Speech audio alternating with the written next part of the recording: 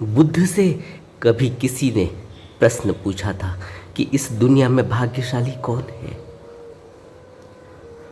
भाग्यशाली वह है जिसने दुनिया के मजों के लिए जीना छोड़ दिया और सत्याश्रित हो अपने निर्वाण के लिए, अपने बोधिचित्त को जगाने के लिए काम किया। वही भाग्यशाली है, क्योंकि सबसे बड़ा भाग्य उस समय जगता है जब कोई भी प्राणी मनुष्य रूप में प्रकट होता है, मनुष्य रूप में पैदा होता है। क्योंकि मनुष्य रूप में पैदा होना सबसे बड़ा भाग्योदय है, क्योंकि मनुष्य की योनि सबसे उत्तम योनि है। कहते हैं कि 84 लाख योनियां हैं इस संसार में, और इस भवलोक के 84 लाख योनियों में मनुष्य की योनि सबसे उत्तम है, क्योंकि इस योनि में कोई व्यक्ति परिश्रम और कृपा से, गुरु की दया से, सतगुरु सतपुरुष की, सद्धर्म की दया से, कृपा से भगवत्ता को प्राप्त करता है, भगवान का दर्जा प्राप्त करता है। मनुष्य से भगवान बनने तक की प्रक्रिया और विकास सिर्फ मनुष्य की योनि में हो सकता है। इसलिए बुद्ध कहते हैं कि सबसे ज़्यादा भाग्यशाली वह जिसने दुनिया के मज़ों के लिए जीना छोड़ दिया, जिसको यह बात समझ में आ गई कि इस नश्वर जगत में कोई भी वस्तु इतनी मूल्यवान नहीं है जिसके लिए अपना बहुमूल्य समय बर्बाद किया जाए। लेकिन कोई बिरला ही ऐसा होता है जिसकी लिव, जिसके अंदर तारतम्यता, जिसके अंदर इतनी विरह और इतना वैराग्य उदय हो जाता है कि वह अपने समस्त जीवन को इस निश्चित समय के लिए मिली हुई इन सांसों की पूंजी को सिर्फ और सिर्फ अपने भाग्योदय के लिए, अपने उत्तम योनि का उत्तम उपयोग करने के लिए, अपने निर्वाण पथ के उस लक्ष्य को पाने के लिए सत्पुरुष की दया, कृपा और शरण के लिए अपने जीवन को छोड़ देता है, अपने जीवन को लगा देता है। वही व्यक्ति सबसे ज़्यादा भाग्यशाली है। एक मित्र ने प्रश्न पूछा कि घर की कलह कलेश, रोज घर की लड़ाई, उस लड़ाई के बीच में हम अपने आप को असहाय महसूस करते हैं, कहीं जा भी नहीं सकते क्योंकि हमारा संबंध उस घर से है, कहीं जा भी नहीं सकते क्योंकि वो हमारे माँ बाप हैं। और जब होश की साधना करते हैं, जब बुद्धों के वचन सुनकर समझकर उन पर चलने की कोशिश करते हैं, तो एक कदम कभी आगे बढ़ते भी हैं तो फिर वही रोज का वह कलह कलेश फिर वापस हमें पीछे धकेल देता है और हम इस राह पर प्रगति नहीं कर पाते। आपके वचनों को सुनते हैं, बुद्धों के उपदेशों को सुनते हैं, होश की जागृति के लिए आनापान स्मृति योग की साधना भी करते हैं, विपश्यना भी करते हैं, लेकिन होश सधता हुआ मालूम नहीं पड़ता। और कभी ऐसा लगता भी है तो फिर तुरंत ही फिर हम वहीं पहुंच जाते हैं जहाँ से हमने शुरुआत करी थी, बल्कि उससे भी पीछे एक आत्मग्लानि और पैदा हो जाती है, एक गिल्टी का भाव और पैदा हो जाता है कि हम कर रहे थे, अब हमने छोड़ दिया है। कैसे बचें? सबसे पहले, जैसे अभी मैंने बात की कि भाग्यशाली वह जिसने दुनिया के मज़ों के लिए जीना छोड़ दिया। लेकिन अभी हम जब दुनिया में पैदा होते हैं, किसी घर में माँ बाप के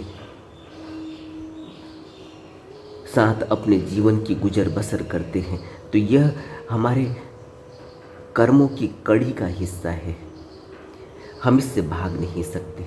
हमें अगर इस दुनिया में जन्म मिला है तो हमें किसी न किसी माँ बाप से ही मिला है, और उन माँ बापों के साथ हमारा जो भी कर्मों का लेन देन है, जो भी संबंध है, उसी से हम उनके साथ, उनके समक्ष, उनके घर में अपना जीवन बिता रहे हैं। इससे भागा नहीं जा सकता। यह तो नियति है और कर्म और फल के नियम का परिणाम है। इस कलह कलेश को अगर हम अपने जीवन का अमूल्य हिस्सा समझेंगे और अगर उसमें उलझेंगे, तो फिर हम अपने आप को इस कलह कलेश से बाहर नहीं निकाल पाएंगे। फिर हम किसी न किसी के पक्ष और विपक्ष में जाकर खड़े हो जाएंगे। कभी हम माँ के पक्ष में खड़े होंगे, कभी हम बाप के पक्ष में खड़े होंगे, कभी हम और अपने परिवार के लोगों के बीच में खड़े होंगे, और कभी भी हम इस बात को अपने अंदर से नहीं निकाल पाएंगे कि यहाँ कुछ भी ऐसा नहीं है कि हमें अपने आप को, अपने चित्त को, अपने जीवन की इस बहुमूल्य जीवन को इन नगण्य बातों में बर्बाद किया जाए। यह बात समझ ही नहीं आती, यह विवेक, यह प्रज्ञा खुल ही नहीं पाती। और इसीलिए नहीं खुल पाती क्योंकि अभी हमारे अंदर यह ज्ञान पैदा ही नहीं हुआ। अभी हमें अपने इस भाग्यशाली होने का, इस अमूल्य जन्म को प्राप्त करने का क्या उद्देश्य है, इसका पता ही नहीं चला। और जब कभी बुद्ध के उपदेश हमारे कानों में पड़ते हैं, जब कभी किसी सत्पुरुष की वाणी हमारे कानों में गूंजती है, तो हमें थोड़ा सा स्मरण आता है, थोड़ा सा होश जगता है।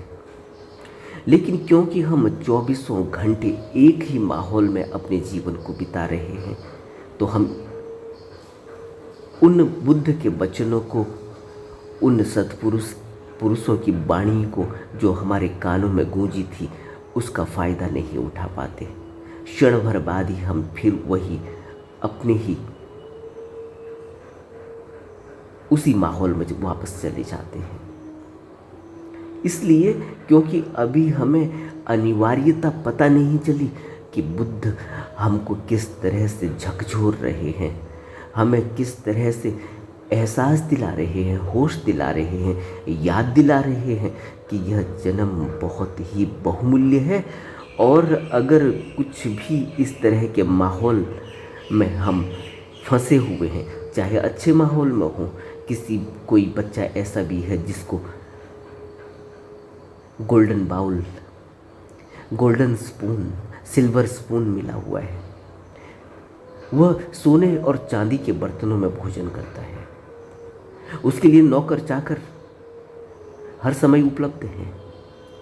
और कोई ऐसा है जो अपने बाप के साथ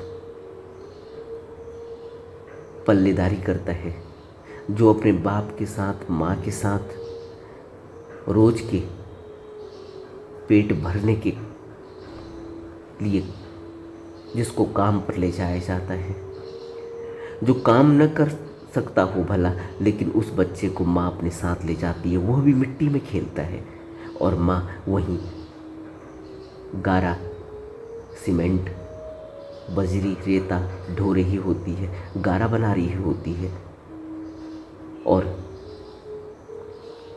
दीवार को चिन रही है या रास्ता बना रही है,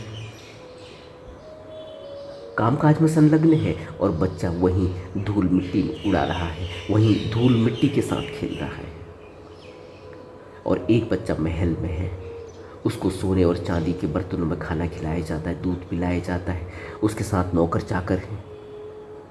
यह सब कर्मों की कहानी है, लेकिन इसमें इतना उलझ नहीं जाना चाहिए कि जीवन की सार्थकता का पता ही नहीं चले। और बुद्ध यही कहते हैं कि हम उलझ जाते हैं, क्योंकि जो सोने और चांदी के बर्तनों में खा रहा है, कल को उसको महाराज बनना है। कल को उसने इस संसार में, उसे लगता है कि उसे इस संसार का वर्ल्ड लीडर बनना चाहिए, उसको इस संसार को चलाने का ठेका उसके सर पर होना चाहिए। वह बहुत बड़ा महाराज है, राजा है, उसका राज्य फैलना चाहिए। और वहीं एक दूसरा बच्चा है जो झोपड़ी में रह रहा है, रास्ते में पड़ा हुआ है, जिसको खाने पीने के लिए भी कोई सामान उपलब्ध नहीं होता, जिसका पेट पूरी तरह से नहीं भरता। वह भी पूरी जिंदगी उस पेट के लिए ही और अपने आप के अपने बचाने के लिए, अपने व्यक्तित्व बनाने के लिए, अपने आप को, अपने सर को ऊपर उठाने के लिए कार्य में संलग्न है। लेकिन दोनों में से किसी को भी यह होश नहीं आता कि जीवन की मूल्यता क्या है, जीवन क्यों मिला। और जब बुद्ध के वचन हमारे कानों में पड़ते हैं, जब किसी बुद्ध की शरण हम लेना चाहते हैं तो शरण ले भी नहीं पाते, आ भी जाते हैं किसी दुख की वजह से कि दुख बहुत है ज़िंदगी में, बुद्धों की शरण में जाकर शायद कोई शांति मिले। आ भी जाते हैं, लेकिन हमारा ख्याल अभी भी यही है, अभी भी हमें बुद्ध के वह वचन हमारे कानों में गूंजते नहीं, बैठते नहीं, हृदय गम्य नहीं हो पाते कि इस संसार में दुख आर्य सत्य है, यहाँ सुख है ही नहीं। यह बात हमारी समझ में नहीं आती। हम अभी भी यही समझते हैं कि ठीक है, बुद्ध की शरण ले ली, लेकिन अभी भी शायद थोड़े सुख के सांस तो आएंगे ही, क्योंकि अब हम बुद्ध की शरण में आ गए। यह गलतफहमी हमें जगह जगह मंदिरों में भटकाती है, हमें मस्जिदों में भटकाती है, हमें गिरजाघरों में भटकाती है, हमें गुरुद्वारों में भटकाती है। यह गलतफहमी कि हमें कहीं सुख और शांति मिलेगी सदा के लिए, हमें बार बार बाहर भटकाती है और वहाँ मिलती नहीं। क्यों? क्योंकि मिलेगी तो अपने अंदर मिलेगी, तो वहाँ जहाँ मन शांत होगा, और मन शांत होगा ध्यान से, मन शांत होगा मन के अंदर, मन की जागृता से, मन के अंदर जब हम घुसेंगे, जब हम अपने मन को देखेंगे, उसका अवलोकन करेंगे, उसकी शांति अशांति, उसकी तृष्णा, उसकी कामना, उसकी वासना, उसके द्वेष, उसकी ईर्ष्या को समझेंगे, जानेंगे, कारण को देखेंगे, तो तब कहीं अवलोकन होता है, अपना अवलोकन। और तब कहीं कोई जागृति घटती है कि फिर जीवन में करना क्या है। और यहाँ से शुरुआत होती है कि हम मंदिर में जाते हैं, वहाँ ध्यान की कोशिश करते हैं, वहाँ बैठते हैं, एकांत में बैठते हैं, वहाँ स्वाध्याय करते हैं, ग्रंथ पोथियों का अध्ययन करते हैं, समझने की कोशिश करते हैं। अब हम मंदिर में इसलिए नहीं जाते कि हमें कुछ चाहिए दो। अब हम मंदिर में अपनी मांग लेकर नहीं जाते, मन्नत लेकर नहीं जाते। अब हम मंदिर में जाते हैं एकांत में बैठने के लिए। अब हम गुरुद्वारे में जाते हैं श्रवण के लिए।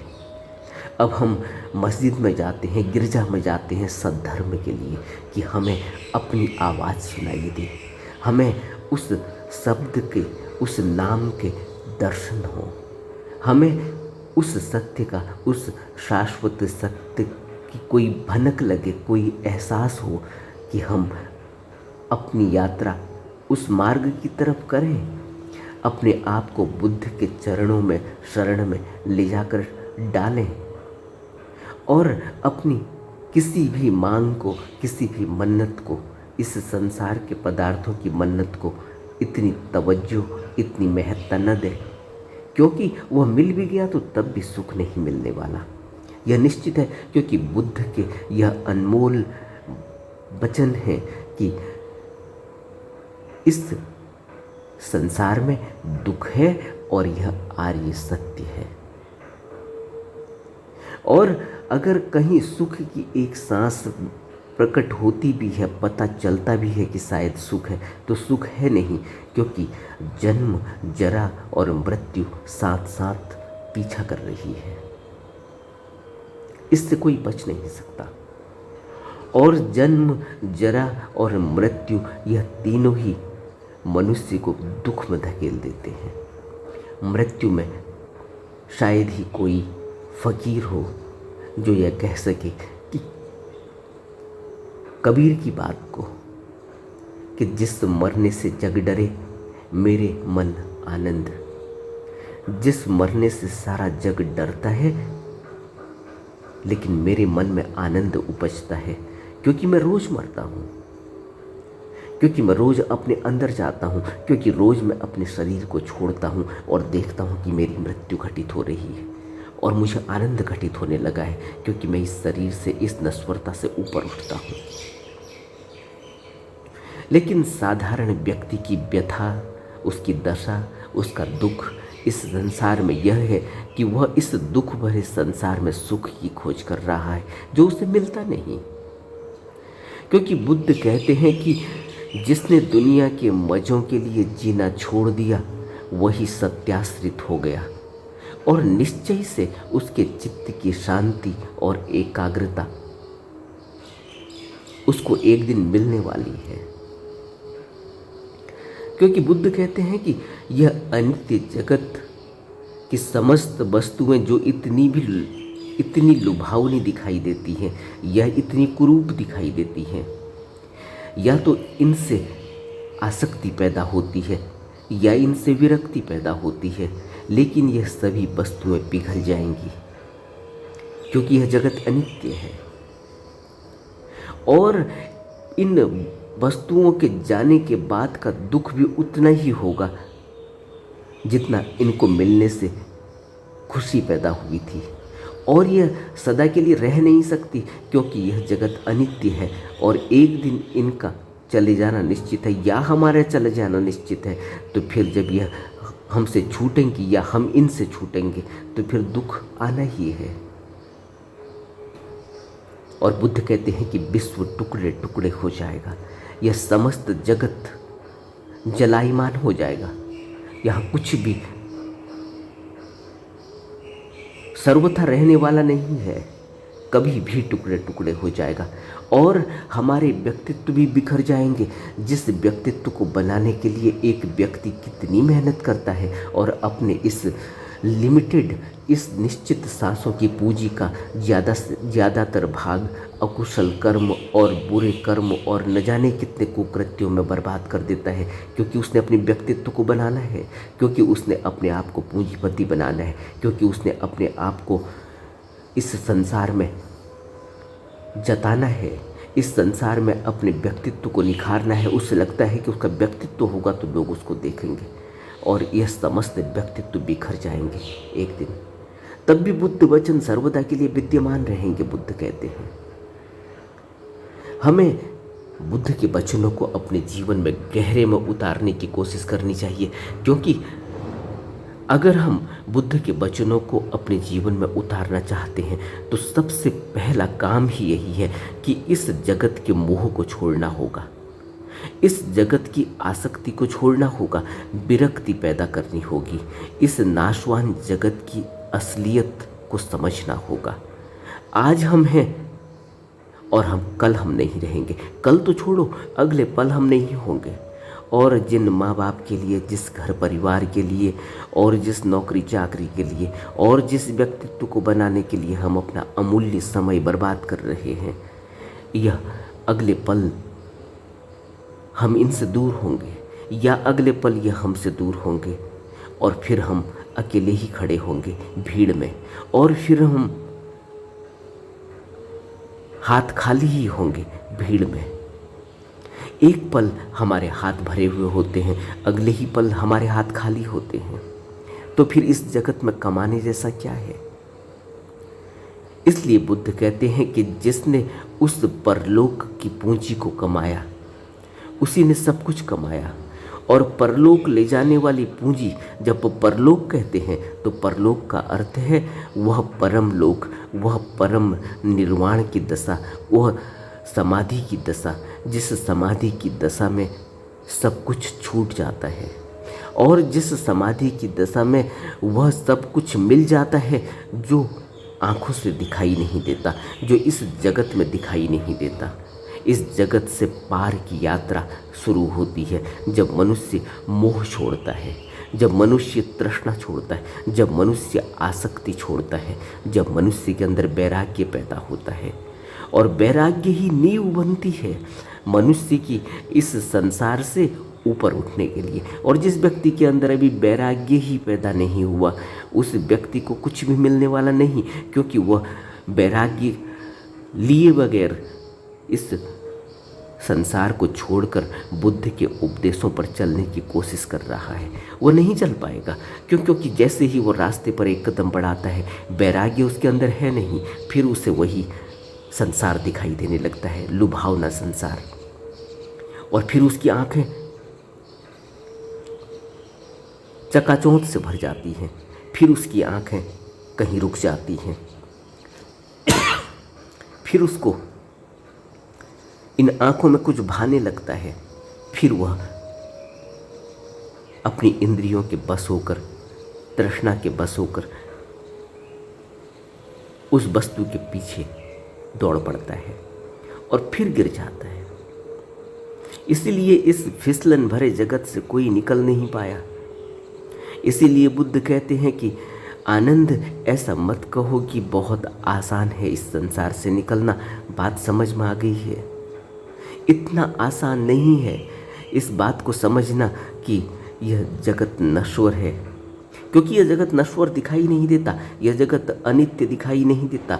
यहाँ हर चीज़ नित्य ही दिखाई देती है, यहाँ हर चीज़ असलियत में दिखाई देती है, यहाँ हर चीज़ इतनी असल दिखाई देती है कि यह लगता ही नहीं कि यह अनित्य है।